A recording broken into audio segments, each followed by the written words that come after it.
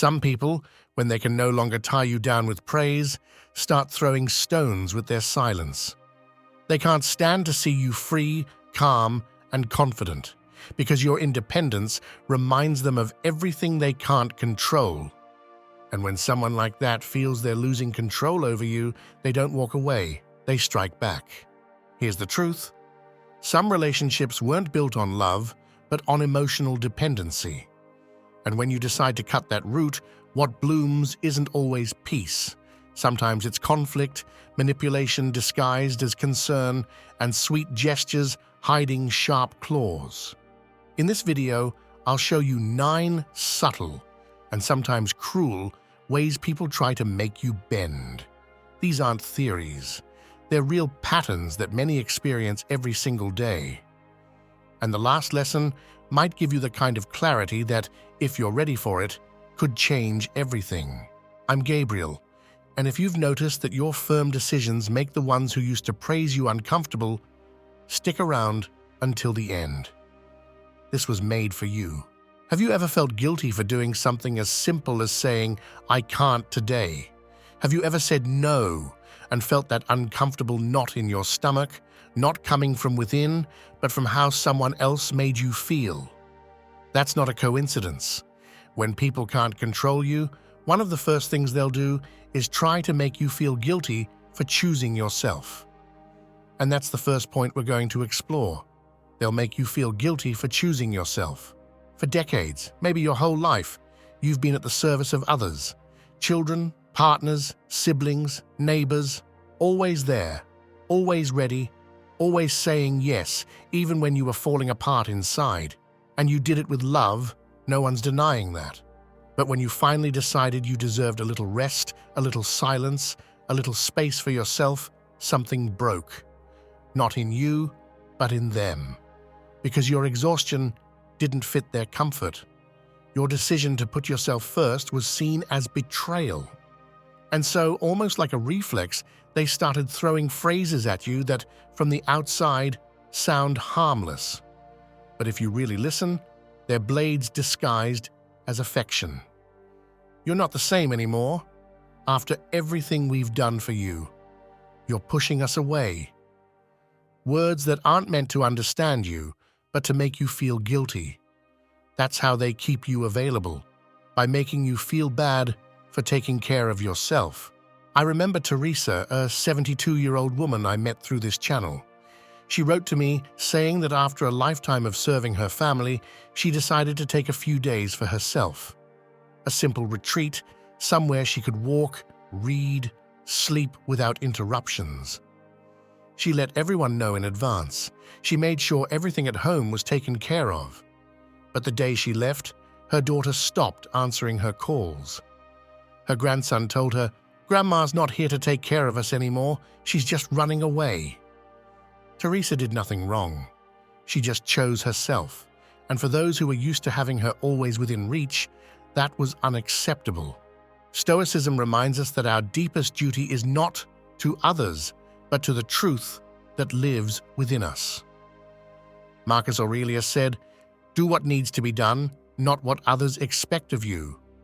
But sometimes, what needs to be done is to stop carrying expectations that no longer belong to you.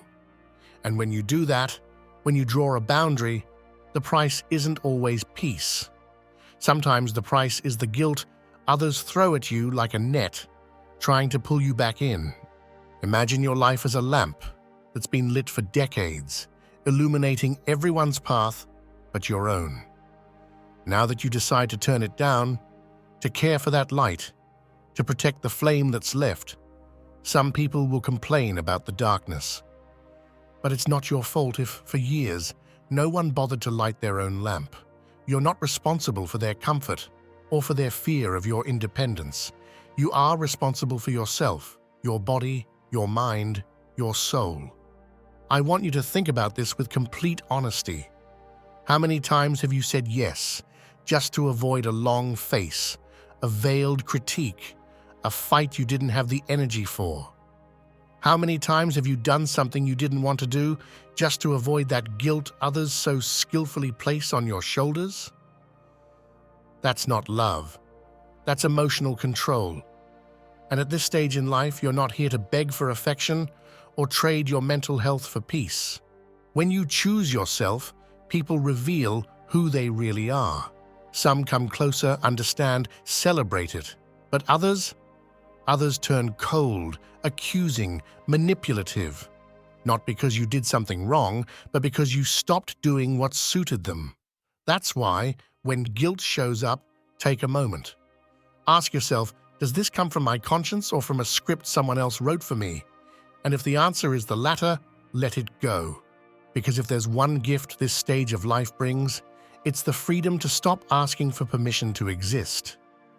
The freedom to say, today, I choose myself, and I won't apologize for it. That phrase, simple as it may be, can be the most revolutionary and spiritual act you ever do for yourself. Not as an act of rebellion, but as an act of deep, calm, necessary self-love. If the first blow comes with guilt, the second is more subtle, but just as corrosive, rewriting your story. Because once someone realizes they can no longer manipulate you directly, they start undermining your memory, altering the narrative of what you've lived, what you've done, who you are. This brings us to the second key point of this video. They will begin to distort your story. This doesn't happen overnight. It's a slow erosion that gradually poisons the trust you have in your own memories. Maybe they tell you you're exaggerating, that it wasn't that bad, that you're confused. At first you hesitate, but then, without even noticing, you begin to rewrite your life with someone else's words. And that's incredibly dangerous. Because when a woman loses authority over her own story, she also loses the compass that guides her. They tell you your childhood wasn't that hard, that your marriage wasn't that unfair, that your dedication as a mother was the least that was expected. They minimized your effort. They blurred your wounds. They turned your sacrifices into duties that were never acknowledged. And now, when you try to tell your version, they mock you, get offended, or call you dramatic. But this isn't drama. This is your truth, and no one should have the power to edit it. From a Stoic perspective, this kind of manipulation is like a fog trying to smother your inner fire. Marcus Aurelius warned us about external judgments, about how others' opinions can distort our self-perception if we're not vigilant. That's why cultivating a clear, steady mind rooted in truth is a spiritual act. It's telling the world, you can't confuse me, I know who I've been. When they make you doubt your own story, something breaks inside. You start avoiding certain topics. You stop answering firmly when someone questions your past decisions. You may even feel ashamed of choices that, at the time, were acts of survival. It's like they're pushing you to abandon your version so that only theirs remains. That's not reconciliation, it's emotional erasure. A woman who loses control over her narrative becomes vulnerable to others' judgment. She no longer defends her reasons. She no longer remembers why she chose what she chose. All that's left is an echo of confusion, a blend of sadness and resignation that lingers even in the most private moments. It wears you down. It drains you. And the worst part is that many times you don't even realize it's happening, because the process is so subtle, so disguised as conversation or concern, it feels normal, but it's not. No one has the right to tell you that what you lived through was less than what it was. Imagine your life as a book. Every page written with your sweat, your tenderness, your difficult choices. And now someone's trying to cross out entire paragraphs, replace sentences, invent chapters that never happened. Will you allow it? Will you let your story, the one that made you the woman you are today, be rewritten by people who weren't there when you needed them most? Seneca said that the greatest wisdom is to know oneself, and that means remembering clearly, holding your gaze over the years you've lived without shame or guilt. Because even the mistakes, even the moments you now judge harshly, were part of your journey. And no one, absolutely no one, has the right to take away the meaning of what you lived. I want you to pause for a moment and think, who's trying to change your story? Who, with gentle words or subtle gestures, has made you feel wrong for remembering the way you do? Identify them, and when you do, remind yourself, I was there. I know what I lived, and my truth doesn't need approval. Because at this point in life, you're not here to convince anyone. You're here to honor yourself. So don't let them silence you. Don't shrink yourself to fit into a version that doesn't represent you. Your story is yours. And if someone needs to distort it to feel better about their own choices, the issue isn't your memory, it's their conscience. You, on the other hand, need to keep walking with your head held high. Because what you lived, its pain, and its beauty is sacred, and no one can take that away from you.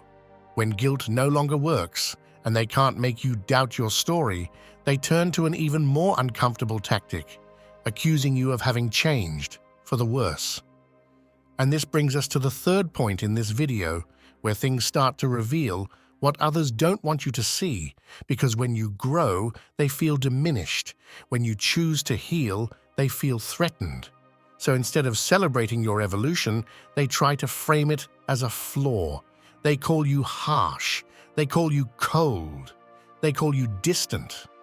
But what really bothers them isn't your supposed coldness.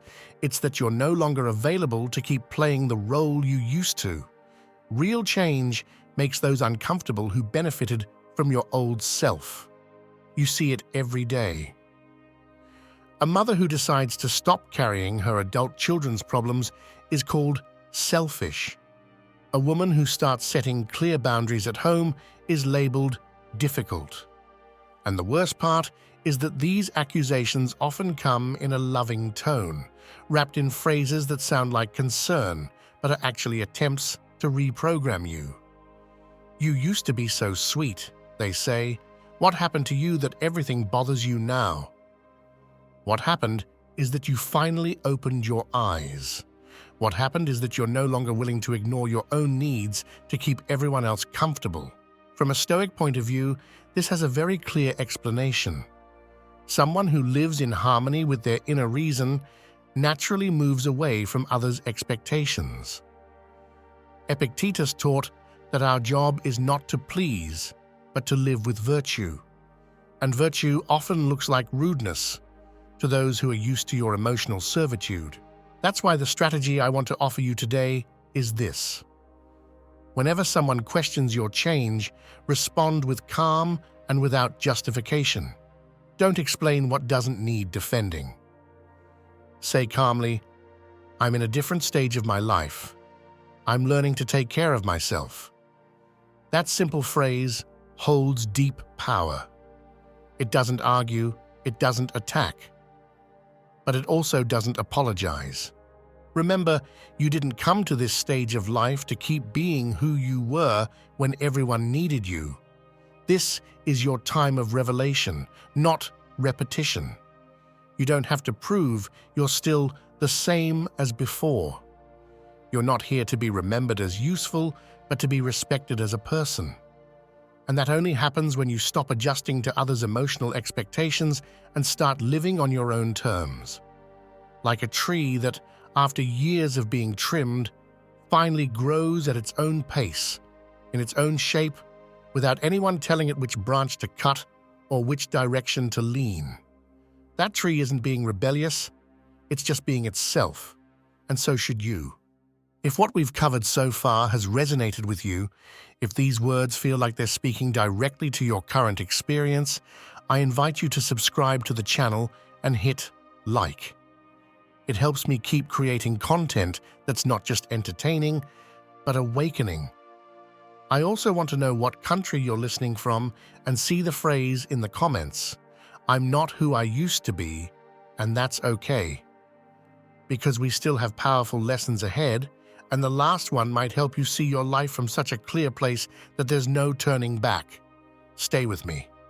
When you finally begin to stand your ground, when you stop apologizing for your growth and no longer yield to those who feel uneasy about your evolution, a new reaction often arises, one that looks like indifference but is actually punishment. This brings us to the fourth point in this video, one of the quietest yet most painful strategies used when they can no longer control you. They'll use silence as punishment. This isn't the silence of respect or reflection. It's silence loaded with meaning. It's the call that never comes, the message left unanswered, the visit cancelled without explanation. It's the sudden emptiness that appears after you've said something uncomfortable or simply after refusing to give in. But behind that absence, there's no forgetfulness. There's calculation. Because the goal isn't to disconnect. It's to make you feel guilty for speaking up, for standing your ground, for choosing your peace over their approval. It's a way of making you pay, without yelling, without arguing, without saying a single word. This tactic works so well because it taps into a wound many women have carried for decades, the need to feel needed. And when someone goes silent, it doesn't just isolate you, it makes you feel like you no longer matter. That's the trap, because it's not just about not talking to you, it's about making you believe you lost their affection because of your firmness. And so you question yourself. You doubt. You wonder if maybe you were too harsh, if maybe you could have said it differently. But no, it's not about tone, it's about power. What they can't stand is that you're no longer controllable. Stoicism, with its focus on inner autonomy, teaches us not to let others' behavior determine our balance. Epictetus said that it's not events that hurt us, but the interpretation we give them. Silence in itself doesn't have to be an offense, but when it's used as a tool for punishment or manipulation, it becomes a form of emotional violence.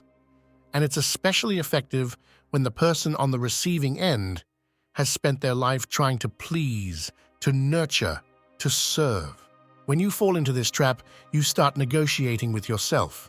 You soften your boundaries to regain contact. You silence what bothers you just to keep the communication alive. Bit by bit, their silence forces you to silence yourself. And without even realizing it, you start giving in again, apologizing for things that don't require forgiveness. Because deep down, what hurts the most isn't the absence. It's the fear that you no longer matter. And for a woman who built her identity around giving, that's devastating. But this is where you must wake up. Because silence used to manipulate doesn't deserve your anguish. You don't need to rush in with explanations or pleas to fill that void. The real challenge is to resist the urge to beg for words. It's to hold your truth, even if it means losing the false peace you used to buy with submission. That is the Stoic test, to stay firm even when the world turns cold. What I ask of you today is to see that silence differently, to recognize it for what it really is, a reaction, not a truth. Don't treat it as a final judgment on your worth, but as a sign that your growth is unsettling to someone who doesn't know how to love without control. Because in the end, someone who truly values you won't need to punish you for thinking differently. They won't withhold words to correct you, and you don't need their approval to keep moving forward. What you need, more than ever, is respect for yourself. And that begins when you choose not to fill their silence with guilt, but with inner clarity. There's a form of violence that leaves no visible marks, but slowly chips away at your strength day after day. It disguises itself as conversation, as opinion, as well-meaning advice. But in truth, it's a slow, calculated operation designed to weaken you from the inside. And that brings us to the fifth point of this video. They will seek allies to invalidate you. When someone loses direct influence over you, they don't give up. They change tactics. They stop confronting you head-on and start surrounding you. They begin talking to others about you with words that sound like concern but carry poison. She's acting strange, they say. She's become so selfish, they whisper. She must be depressed. She doesn't want to see anyone anymore. And just like that, they begin to construct a version of you that doesn't reflect who you are, but becomes believable simply through repetition. And when you realize what's happening, you're not just facing one person trying to control you, you're up against an entire circle, acting as a distorted mirror of your truth. This is more common than it seems. Many women write to me saying they feel like they can't trust anyone anymore. That every time they try to set a boundary, someone shows up to make them feel like they're overreacting, being too harsh, or that they should go back to who they used to be. But that old you is gone. That before was full of exhaustion, of quiet sadness, of forced sacrifices. Going back isn't an option. And yet, each voice added to the chorus of invalidation pulls you backward toward the role you fought so hard to leave behind. The hardest part of all this isn't the conflict with others. It's the conflict within yourself. You start feeling alone, misunderstood, even guilty for wanting something as basic and legitimate as respect. Emotional dependence hides behind the mask of harmony, and you end up giving in just to avoid rejection. But every time you give in, you lose a little more of yourself. Every time you let an injustice slide to avoid a comment or judgment, your self-esteem cracks. And when that happens over and over again, there comes a moment when you no longer know if you're living your life or performing the role others wrote for you. Turning this around isn't easy, but it's possible. It's not about cutting ties impulsively or walking around with a chip on your shoulder. It's about waking up. It's about clearly seeing who truly listens to you and who's just waiting for the chance to tell you what you should be doing. It's about lucidity. And lucidity, as Stoicism teaches us, isn't coldness. It's spiritual clarity. It means seeing things as they are, without embellishment or self-deception. It means recognizing that not every voice deserves the same weight in your life. The mindset you need to cultivate is this: you don't have to convince anyone of your growth. You don't have to justify your desire to live in peace. And above all, you don't have to allow others to use your own loved ones as mirrors to push you back. Sometimes growth hurts because it leaves you walking certain paths alone. But that solitude, if chosen with awareness, is far more dignified than any companionship rooted in manipulation. So the next time you notice someone rallying others to invalidate you, don't waste your energy arguing. Observe, take note, and remember, your strength doesn't come from being accepted by everyone. It comes from standing firm when no one expects you to. That is true independence, and though it may cost you, it's worth every step. Because at this stage in life, more than ever, you need to surround yourself with truth, not echoes. And that begins the moment you decide to stop participating in the performance, others' stage, just to keep you within their comfort zone. We've talked about how others try to silence you by rallying voices against you. Now it's time to turn inward, because there's a deeper, quieter, and often self-imposed trap that holds that entire system of manipulation in place. We've reached the 6th point in this video, and it's time to face an uncomfortable truth. They'll make you doubt your right to rest. Yes, you read that right. It's not that you can't rest. It's that they've convinced you you shouldn't. That there are still things to fix, people who rely on you, unfinished business that won't let you breathe in peace. And you believed it. You believed it because for years you defined yourself by your usefulness, by being available, by being the one who solves, who shows up, who holds everything together. But there comes a point, and it often arrives with maturity, when that narrative becomes a prison. Because your body doesn't respond the same, your mind craves pauses, your soul longs for quiet. And yet, you keep going, pushed by a momentum that no longer makes sense. Picture yourself 5 years from now, still in the same routine. Carrying problems that aren't yours, meeting needs others could handle themselves, saying, "I'll rest later," as if rest were a luxury you don't deserve. 5 more years of repeating the same patterns, the same sacrifices, the same exhaustion that leaves you empty at the end of each day. Now ask yourself, Are you really going to wait until you get sick to finally stop? Will you keep believing that your worth lies only in what you do for others, even if it's slowly destroying you?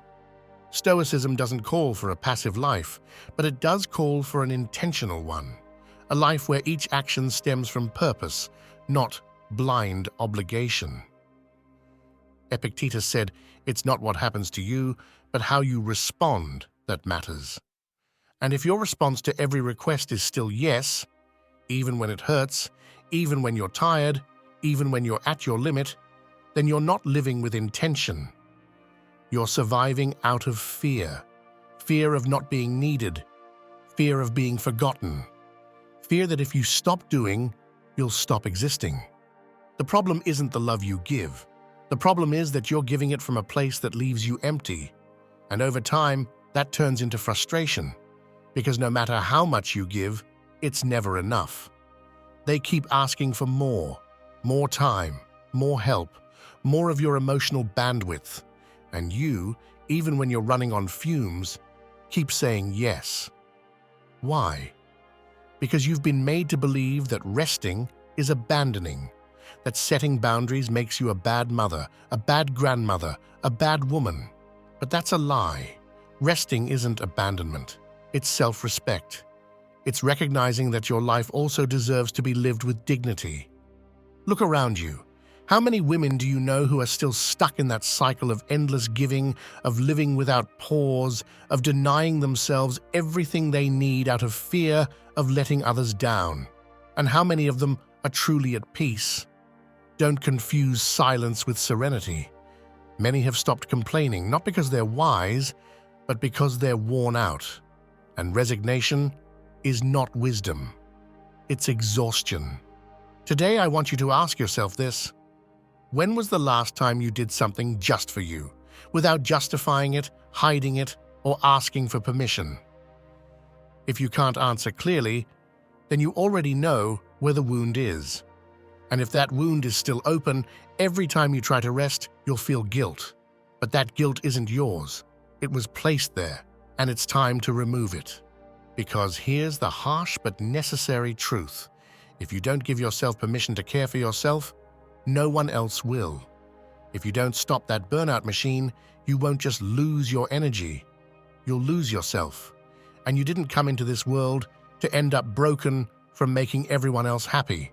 You came to live with clarity, and that includes learning how to stop, to breathe, to say, "I've done enough.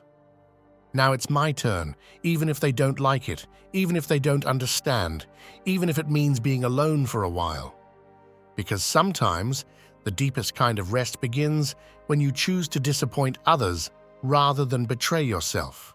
We've talked about how you've been made to believe that rest is selfish. Now it's time to confront the most sophisticated reaction of all, the most emotionally dangerous, the one that can disarm you just when you thought you were rebuilding. Because when guilt doesn't stop your growth, when silence and advice disguised as concern fail to hold you back, they'll show up as hurt by your strength. And that brings us to the 7th point in this video. They will act wounded by your strength. This is where many falter, where so many women, after beginning to rise, to assert themselves, to set boundaries with quiet conviction, suddenly give in again. Because they can't bear to see those who once dominated them now crying. Because the same people who didn't flinch when you were exhausted now claim to be broken by your new way of living. "You're not the same," they say. "When did you change so much?"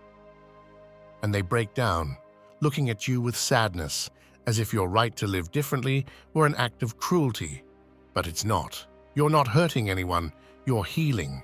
And healing often means breaking invisible agreements that kept you small. This is when you need clarity more than ever. Because if you don't see it for what it is, you'll spend your life dimming your light so others can stay comfortable. But other people's discomfort is not your burden. You can't build peace on someone else's emotional fragility. If your truth hurts, let it hurt. You are not responsible for the pain your awakening causes.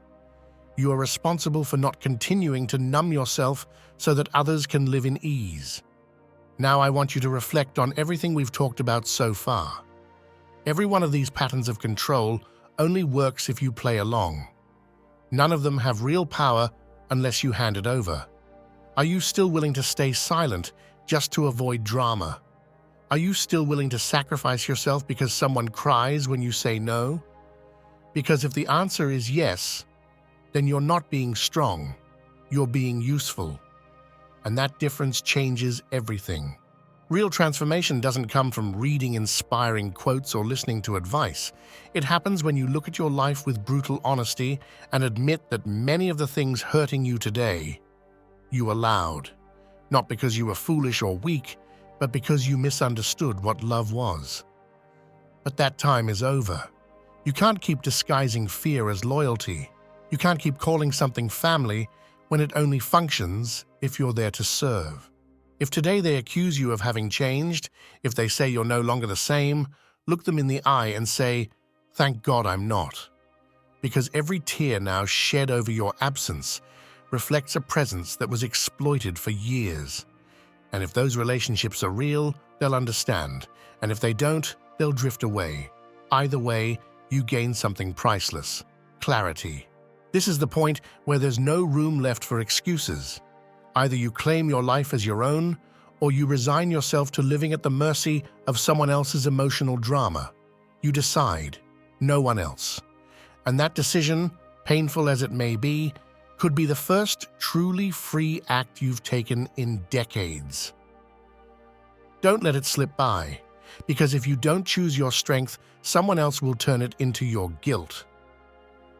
And that's a weight you no longer need to carry. If the previous chapter showed how others can disguise their discomfort with tears, using your strength against you to pull you back into your old role, now it's time to look at another tactic, one just as dangerous, though it may seem kinder on the surface. Because when guilt, silence, and emotional blackmail no longer work, they'll try something else.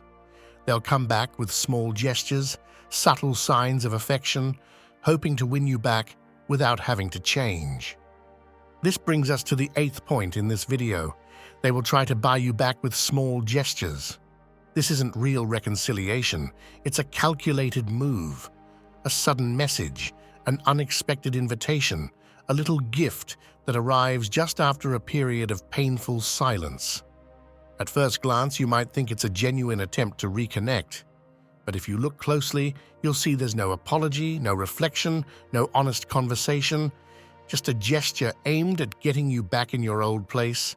And if you accept it without clarity, what seems like a reconnection quickly becomes a setback, because you're confirming that they can treat you with coldness, distance, manipulation, and then pick things up as if nothing happened.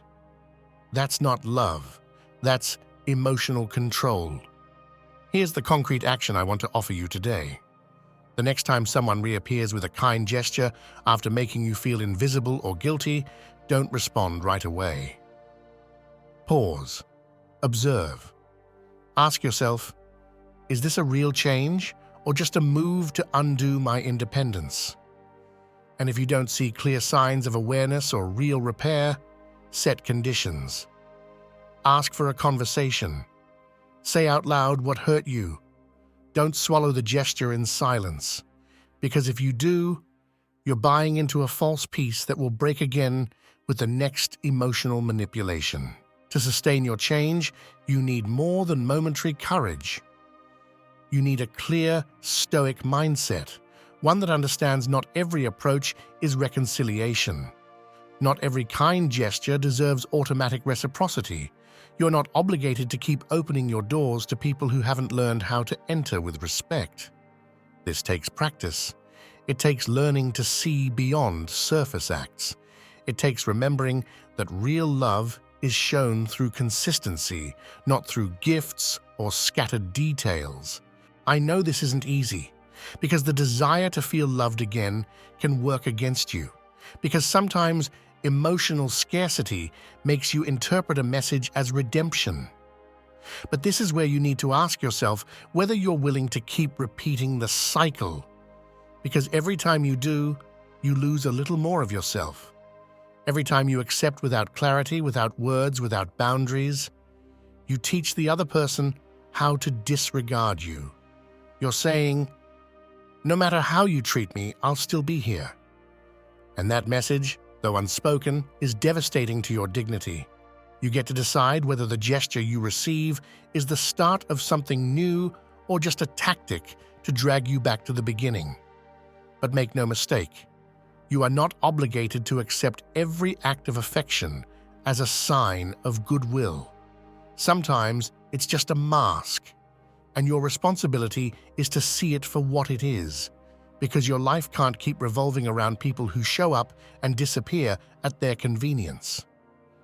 It's time for you to set the pace, and that begins the day you decide that no gesture is enough unless it comes with truth, with respect, and with real change. That's the day you begin living on your own terms. After everything we've talked about, every trap exposed, every tactic used to make you bend, there's still one last move, one that doesn't rely on shouting or silence or disguised gifts, one with devastating power because it comes from your own mind. And this brings us to the 9th point of this video. They will accuse you of being the source of the conflict.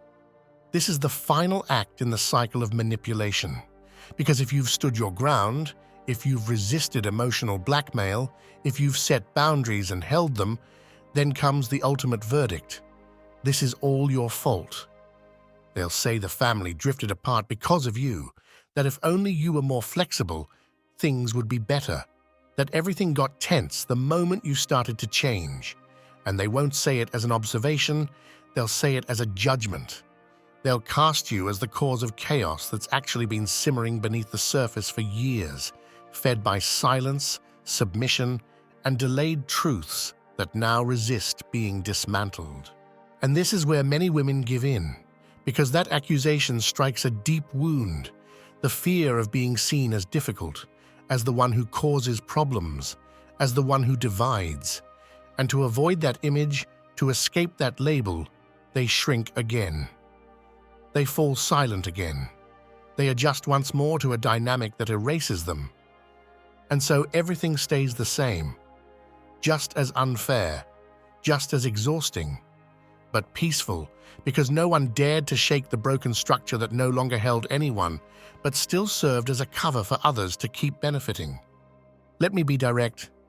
The idea that you're the source of the conflict is the last line of defense in a system that exploits you emotionally. It's the final wall you must break through if you truly want to live free. And to do that, you have to stop looking for inner justifications. You have to stop saying, it's just how I've always been. At my age, what's the point in changing? If I confront this, I'll end up alone. Those are fear in disguise. They're ways of labeling your stagnation without feeling guilty. But they're not true. What's holding you back isn't your age, your history, or your personality. It's loyalty to an identity that no longer serves you, and letting go of that identity hurts, but it's the only way forward. If you're waiting for someone else to understand first, to change first, for the circumstances to be just right before you dare, then you're not seeking transformation. You're seeking permission. And at this stage in life, asking for permission to be yourself is a betrayal of everything you've lived through. Because if, after all the supporting, raising, loving, forgiving, you still need an excuse to stand tall, then you're still trapped. The only way to break this trap is to accept that you didn't create the conflict. You revealed it. You brought it to the surface with your new way of being. You made it visible with your clear voice. And that's why it's uncomfortable. Because it's easier to blame you than to face decades of avoidance. But you're not here to carry the weight of everyone else's silence. You're here to reclaim your time, your body, your belief in yourself. And that doesn't come from being agreeable. It comes from being clear. So if today you're being blamed for breaking the harmony, if they're trying to make you feel like your awakening caused pain, answer with the calm that truth gives.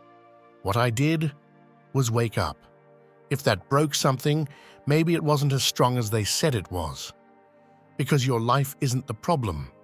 The problem is that, for the first time, you're starting to actually live it. And for those who only knew how to exist with your submissive version, that's unbearable. But for you, it could be the beginning of something real, something yours, something worthy. And there's no judgment that carries more weight than that. If you've made it this far, you're not looking for comfort. You're looking for clarity. You didn't come here for pretty words or temporary relief. You came because somewhere deep in your life, you feel that something can't go on the way it has. And you know it. Maybe you haven't said it out loud, but you feel it. In your body, in your relationships, in the kind of exhaustion that no longer goes away with sleep. What you've seen in this video isn't just a list of ideas. It's a mirror that hurts because it doesn't sugarcoat, but it's also a door, and that door is now right in front of you. No one is going to open it for you. No one can live what comes next on your behalf. You can turn everything off and pretend nothing happened, or you can sit with this discomfort and start taking real action. Because change doesn't come from promises. It comes from action, from breaking cycles, from stopping the excuses even when it hurts, from choosing, maybe for the first time in a long time, that your life matters too. Let me say something plainly. Not everyone makes it to this point. Most people quit earlier. They change the subject. They look for distraction. Because not everyone is ready to face uncomfortable truths, but you are. You're still here. And that says more about you than you probably realize. That's why I want you to make it clear in the comments. Write the phrase, "I won't bend anymore," and let me know what country you're listening from. Not for statistics, but because every one of those words is a declaration. A symbolic act that says you're awake, that you're done being just useful, that you didn't come to this stage of your life just to keep surviving. I'm Gabriel, and this is the Stoic Garden, a space that doesn't exist to entertain you or tell you what you want to hear. This channel is made for women like you, clear-headed, brave, tired of soft speeches, but still carrying the inner strength to rewrite the story of their life. My purpose isn't to give you magic solutions, it's to give you direction, to remind you that you can still take the reins, even if everything around you keeps trying to convince you it's too late. It's not. It never was. But it's up to you. If this content made you think, if something you heard touched a wound or lit up a decision you've been avoiding, subscribe right now and hit like. Not for me, for you. So you can keep receiving material that doesn't put you to sleep, but wakes you up. And share it with someone who needs to hear this. Because sometimes, one single truth, said at the right time, can save someone from endless weariness. This video ends here, but the conversation doesn't. I invite you to watch one of the two videos that will appear on screen. Both keep asking the questions that matter, and if you've taken this step, don't stop now. Because what begins when you decide not to bend anymore is finally your real life.